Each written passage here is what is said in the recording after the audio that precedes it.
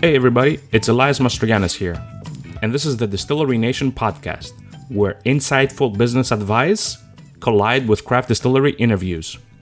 Look no further, as you found the podcast you need to listen for craft distilling. Hello and welcome to episode 06 of the Distillery Nation Podcast. We decided to do a little bit different introduction this time around, simply because of our guest. I was very honored and very nervous at the same time talking to Hubert GermainRobin, simply because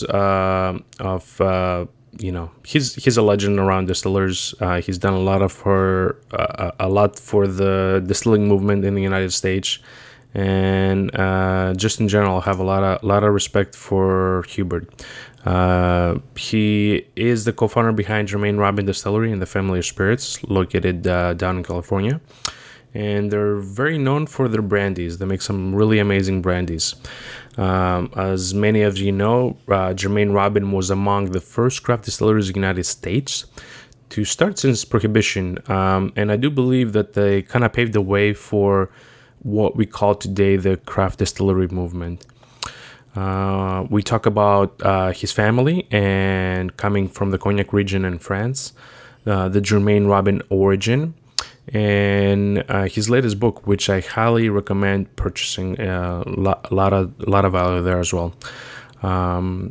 In general, Hubert gives us some really good advice, and I was so happy to talk to him on this interview. Finally, if you have 30 seconds, please head over to iTunes and leave us an honest review. It will help tremendously with the show, and I promise I'm going to be reading every single one. So without further delay, let's jump into the show. Hubert, welcome. Yes, good morning. Thank you. Good morning. Thank you for joining and taking time to talk to us today. So Hubert, I gave a little bit introduction about your history. Can you share a little bit more insight in what your personal life and how you actually started GermainRobin? Yes, it's kind of a long story because I'm born in the Cognac region, and my family has been making Cognac for 10 generations. So I am born on one of the property of my family, and where we had a very small pot still and a lot of grapes as well. But at that time I was not very interested. I lived over there for my first 10 years, then I moved to Cognac with my family. And when I became a teenager, I started to work during summertime, vacation, to make a little bit money. So I work in the cellars, I work at the bottling line, all the little jobs that you can do when you're a teenager. Yeah. But I was not that interested by the product at that time. And it's later on, when in my early 20s, I started to be interested, but not because of the product at the beginning. I was interested because you work from, let's say, December to April, and you work very hard, 6-7 days a week, long hours, but you make good money. So that was my plan, is to work during the winter times. Then after I have enough money to travel around the world. So that was my plan. But I did the School of Distillation in Cognac with the Station Viticole. And the master distiller, Monsieur Corley, really start to show me what kind of passion you can have in distillation. And I did the school over there, and following that, he found me a job to replace an old guy who just died. He was 78 and I've been distilling for 50 years or so. So I took his place, and I discovered that I really like the distillery and the ambience of the distillery, the smell, all the feelings you can have over there. So and so I kept going and distilling in the different areas of Cognac, year after years, and did the school of tasting, went back to school to learn more about viticulture and fermentation and all those other aspects that was missing in my knowledge. So I did that for quite a few years and traveling at the same time. And in 1981, with my wife Carol, we traveled to America. We started in Canada, cross or Canada, and work in British Columbia to pick up fruits. Then we wanted to go in South America, and we started to hitchhike along the west coast and a little north of California. A guy stopped by, and he was talking a little bit of French. My English was very poor at that time, but we managed, and he invited us on his ranch on the west side of Ukiah in Mendocino County. And I had that in mind to do a distillery in some place on the west coast, and after a few days, we wanted to think about it, so we went to Central and South America and came back a year later, and we decided to do it. So we flew back to Cognac, and I was still working over there, and at the same time, I looked for an old alembic of the size I wanted. Yeah. And I found one at about 300 gallons capacity, which was perfect to do small batches and to have still some volume for the production. So that was perfect for me. And so we went back and forth for a few years, and start to distill in California was very exciting and opened new doors and new possibilities.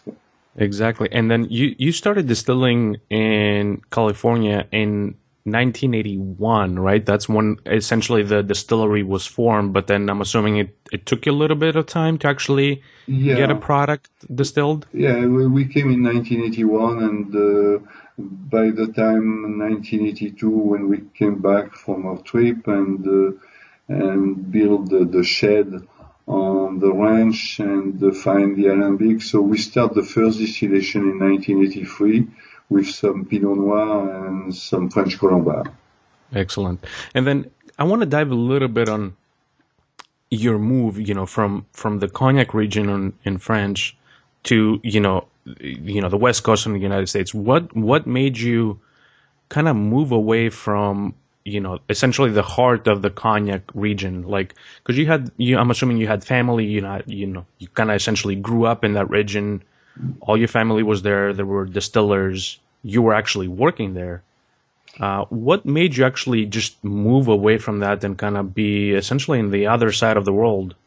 After I distilled in the different areas of Cognac, of Grand Champagne, Petit Champagne, Borderie, Framboise, all the best areas of Cognac, and learn about the different technique that if you distill for Martel, you do a different type of distillation with the wines are a little different compared with Hennessy, Courvoisier, or any other small houses. So after a while, that I thought I learned enough about the distillation, it's not very interesting to work in Cognac. I mean, I'm a distiller. Really, it's in my heart and my blood, and I wanted to do other things. Cognac is very, very fascinating because you have access to a library of all Cognac, and you can blend them together. So that was, it's a never-ending story. So that's a great experience. So I wanted to have something else, and I wanted to distill over grapes, but over fruits, over plants. So it's why I came here. And California is one of the best places in the world to grow grapes and fruits. So I wanted to experience that and to create something. I didn't have a clue that it will be. I mean, there are almost no history of that type here, so I didn't know what I was going to face. But I was very lucky to find wonderful people in Mendocino County, and especially in the wine industry where people helped me. I mean, I had access to grapes I will not dream of, and so that was fascinating for me to distill Pinot Noir or Riesling or Gewürz or Colombard or Chenin Blanc. Exactly, a lot more flexibility versus the Cognac region. So, and that's what essentially, the complete freedom. You have freedom about the grapes, the yeast you can use, the type of barrels, the complete freedom. That's a dream. I mean, for creativity, that's the best. Makes sense. So, Hubert, can you tell us a little bit around your worst distillery moment? Like, either when you were actually, starting the distillery or even before, trying to get some of the finances in place. Can you take a little bit of time and talk about that? But again, it's something I could not have done in France or in Cognac. It's to find the money to do it. Here, we had friends, I had family, but my partner had friends as well. And we presented a project of what we wanted to do, and that's a great thing about America. People really go for it if they think there is an opportunity, and so that was kind of a miracle. But year after year, we struggled to get some investors to pay for the grapes. Distillation of grapes is expensive.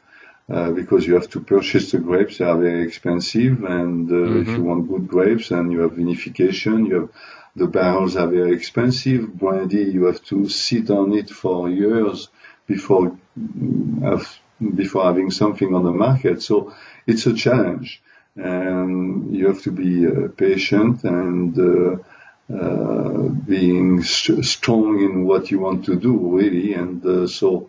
It's happened years after years. It was a little easier, but it was difficult for some of my investors who came from the East Coast to understand that they will have to wait 3, 4, 5 years before having something on the market. So that was a challenge. Yeah. So essentially trying to make them understand that, in order to call it a brandy, you have to age it for a certain period of time, and their money is not going to be coming, the next month, for example, versus on a vodka or some of the other white spirits that you could have possibly made.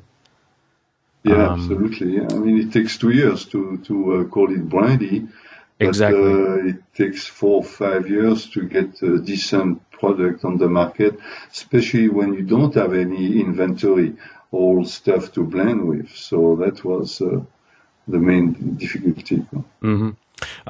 Can you tell us a little bit of the aha moment, like when you said you've been distilling for years and you actually went to school back in the Cognac region, but when you came to the West Coast and specifically California, what was that aha moment that, you and Carol decided to just jump and actually, move away and start the distillery in that region? I have a very small alembic, which is about half a gallon, and it took me months to have somebody build it, and because you are not allowed to have that in France, to have a small alembic even for experiments. So that was a guy who was retired from a company making alembics, and I went to see him many times, and he didn't want to do it. He said, I can go in jail. I said, I'm not going to use it here. I'm going to take it with me in California. Please, that will help me a lot. And finally, after a month of bugging him, he decided to do it. So that was the perfect size. I mean, when you see the hat and the swan neck, it's really in proportion with the alembic. And so that was exactly what I needed. So when I came over, I used it a lot to distill some grapes and wines from the Central Valley, from Napa, from Mendocino, from many different locations. And that helped me a lot to avoid some mistakes or buy 1,000 gallons of wine that I will not like. So that's saved me a lot of money and time. So that was very important. And then the first time I distilled a Pinot Noir, that's really opened my eyes. It said, wow, that's something fantastic. It's noble, it's racy, it has a lot of depth and length, and there's great aging potential with good structure. So I was really fascinated by Pinot Noir. Yeah, and then Pinot, they don't distill Pinot Noir specifically in Cognac region, right? They're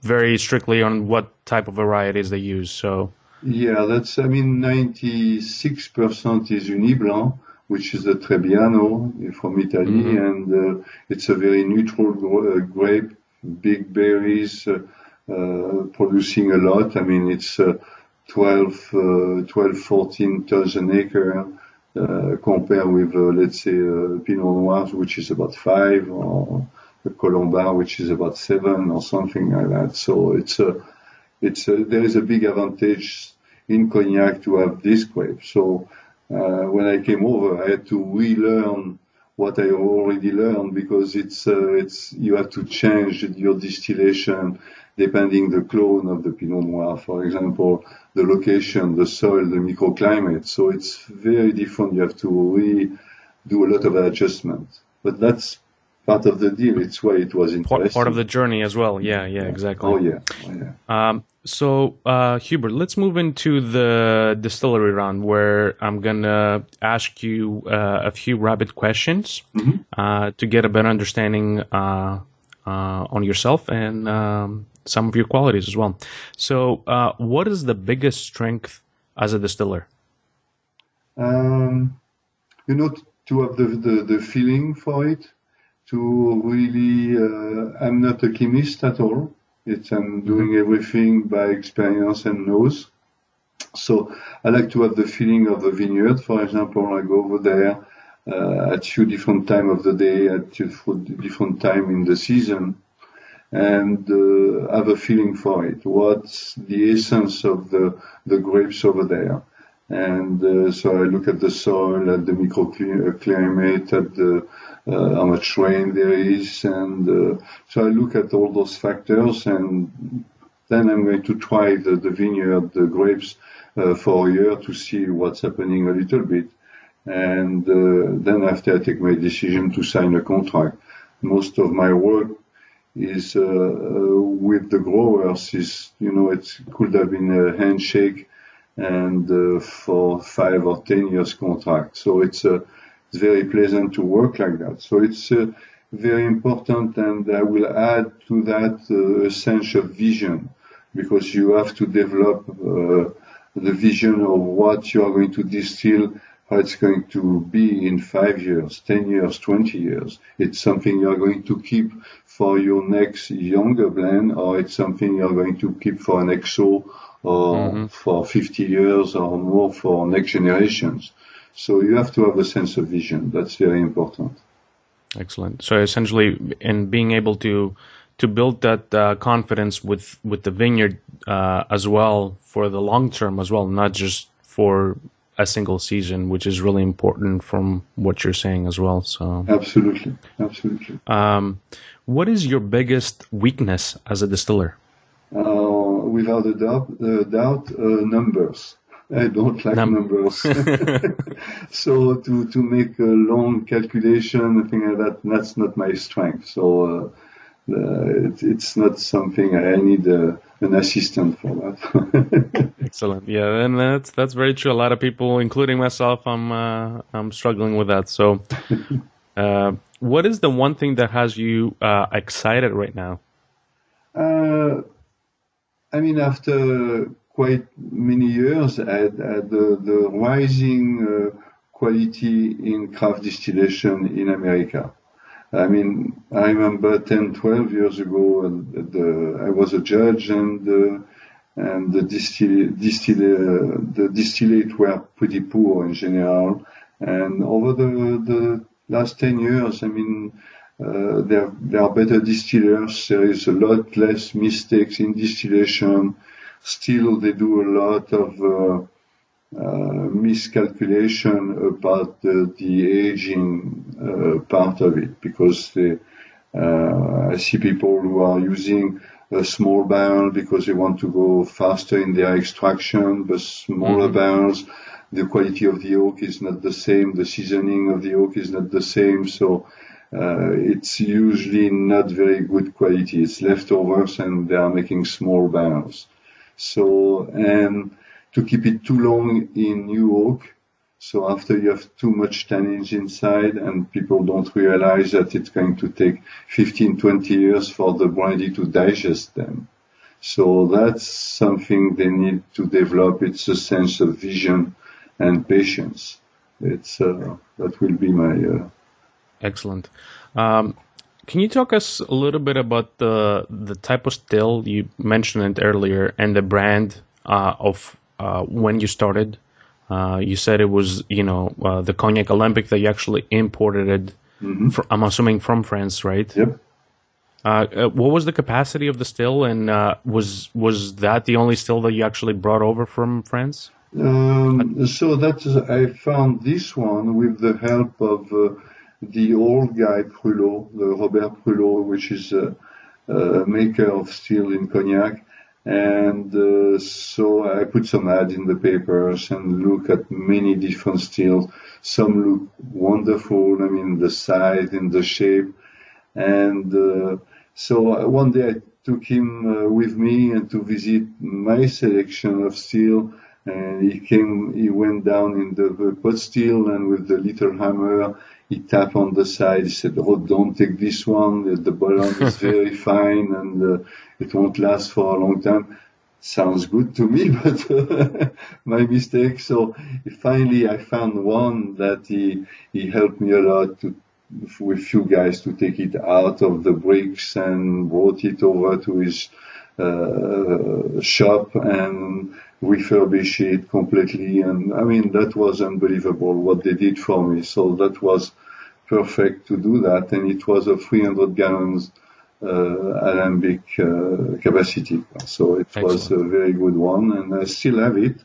And since that, I bought a bigger one, which is 640 gallons, and two smaller ones as well for apple and for whiskey. Excellent. Can you tell us a little bit of what was holding you back? From your early days, you kind of mentioned that, you wanted to do it a little bit more for the money and kind of work hard for a couple of months during the season and then kind of take off. But what was holding you back from actually being a distiller? Was it just, the money, or just the freedom of being able to just work and then kind of take the rest of the year off? Yeah, that was about it. Yeah, I didn't want to, at that time, in my early 20s, I was not ready to have a commitment and work my whole life in Cognac. I could have done that and be a blender in a team, for example, at Martel or a smaller house and do my part like that. But I didn't want to be stuck at that time. I wanted to explore the world and see other things and learn. And so that was my main goal. And before I decided to really jump on it and discover that I had the bug for distillation and aging. Excellent. What is the best advice you ever received? To be patient. That's the first thing that people told me, to be patient and to stay humble. To stay simple and humble and try to help people to give back what you learn. I think it's important. It's very important, yeah.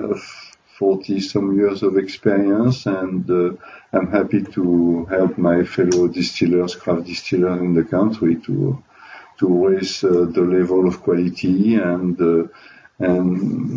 at the same time that it makes sense for them. There are some people who are starting with almost no money, so financial part of it is very important, even if they want to have the quality. And you have other people with millions of dollars who are doing fancy things, but they don't have any sense of vision or really full commitment. It's just opportunities. So there is different type of people. So. Very good, very good. Can you share one personal habit that contributes to your success? I will say traveling and to have a sense of humanism, especially in those days. I mean, when the world is changing so rapidly, you have to have keep some common sense. I think it's important so you don't get crazy or just start to have a big head. So I try not to. I try to protect myself and about that. Yeah. Very nice. Being humble and traveling. That's very good. Can you share internet resource like Evernote that you can share with our listeners? And that's something that you either help with the distillery or something that you use on a day-to-day basis.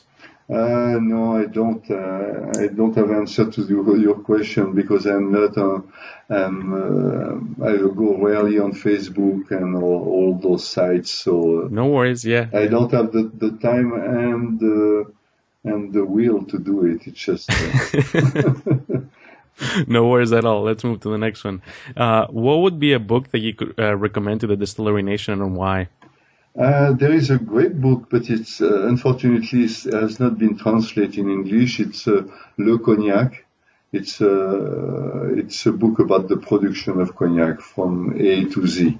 Not a thing about cognac and the houses. It's nothing to do with that. It's the work on making cognac, and I think it's a great book, but it's in French. In French. Okay. Well, I'll actually link that into the show notes for folks that actually want to purchase it and maybe those that actually speak French to be able to read it. Yeah. Before we actually move into the closing section, I would like to also mention that you actually authored a book recently, right? So I want to talk a little bit about that as well. And I actually purchased the book, which is it's called The Traditional Distillation, Art and Passion by Hubert Germain-Robin. And I actually thought it was, I consumed it in the afternoon. It's very to the point, very simple, but you actually gave some really good advice, specifically around, obviously, fruit and grapes more specifically. Can you talk a little bit on the book and why did you make the decision to write it? Yes, I didn't want to do a pure technical book about distillation, the alembic pot still distillation. I wanted to bring to the people who are interested by distillation to have the sense of passion and the art of distillation. That it's not just extract the alcohol out of a liquid, and it's more than that. So because it's if you want to make a parallel, you have the slow food movement, and I want to start right now the slow distillation, slow maturation movement. It's the same kind of spirit of that. So it's quite important to do that, and so it's what I wanted to bring to people, so they have a sense of what has been done before and how you can learn from the older people who has been doing that for centuries and have the feeling for it. I think it's crucial. So that was for my first book that it has been about a couple of years on the market, and I'm going to publish another one in about a month and a half, and it's about the maturation of distilled spirits. And that's the second part of it. After distillation, what can you do with your spirit to age it? What are the possibilities on the market, good or bad?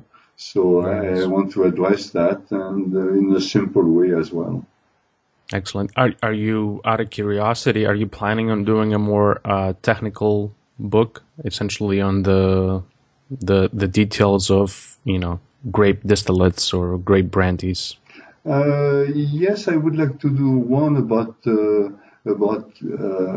copper, because it's quite important, the quality of the copper, the density and how it's hammered. the size of the still, in comparison for quality between the size of the still, smaller or bigger still, the size of the hat, the swan neck, all those factors are very important. So I would like to make a little booklet about that, and another book about the nose, all type of nose, and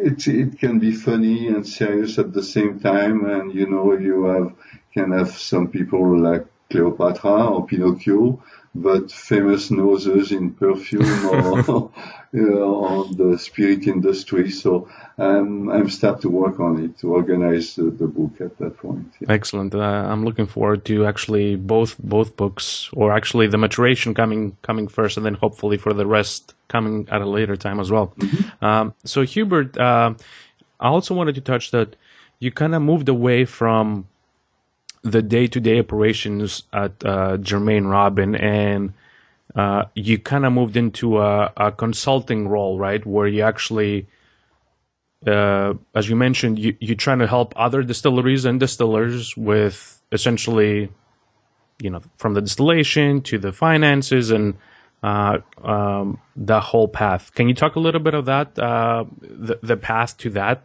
from being a distiller to now being a consultant for distillers? It's about the same thing, that after I work here since 1982, I came over and distilled for so many years. I did about everything from marketing that I don't like that much, in production that I really love. And after a certain point, I thought I wanted to work on different products. I wanted to work on whiskey, rum, mezcal, or any liquors, and I wanted to do maybe a start of a distilleries around the world, and in different locations, different countries with different fruits and climates. So I decided to move on, and 7 years ago, and to be a consultant and to help people. I mean, I had that strong feeling at that point that I get almost at the end of the road. I mean, to start something, and I wanted to see how I could help people in the industry, and I thought it was. Plus, at the same time, I work with the American Distilling Institute and Bill Owens, and help them through classes and workshops. And work at UC Davis to do. I have some classes over there as well. So that was nice. Exciting for me to do that. Very nice. So with that, can you tell us one last piece of parting guidance and the best way to connect with you? The best way you can go on my site. It's www.Hubert in one word -robin.com, and to contact me through email, which is a lot easier, and it's Hubert GermainRobin in one word @gmail.com. So that's the best way to connect with me, and I can help people find alembics because I'm an agent for Chavignac Prulot. Oh, excellent.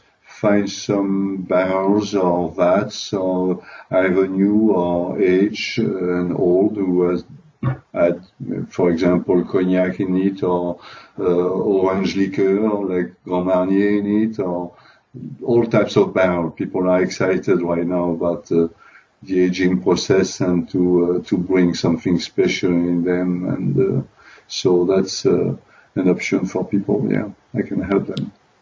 Very nice. And what is the last piece of parting guidance that you can share with our listeners? Just pay attention to details, and again, be patient, because you cannot force the maturation of the spirits. You can help, but you cannot force them, so you have to wait. When it's not ready, it's not ready. So you can take shortcuts, but that's you are going to have less quality if you take shortcuts in one way. Excellent. Excellent. Well, Hubert, it was a pleasure talking to you today. Hope all the best, and we'll talk soon. Okay, thank you, and I appreciate you talking to me. Hey, Distillery Nation. If you like what you heard today, please visit distillerynation.com to view all of today's show notes, plus any of the previous ones. Also, don't forget to follow us on Instagram, Facebook, or Twitter @Greek Distillery. Thank you for listening, and have a great day.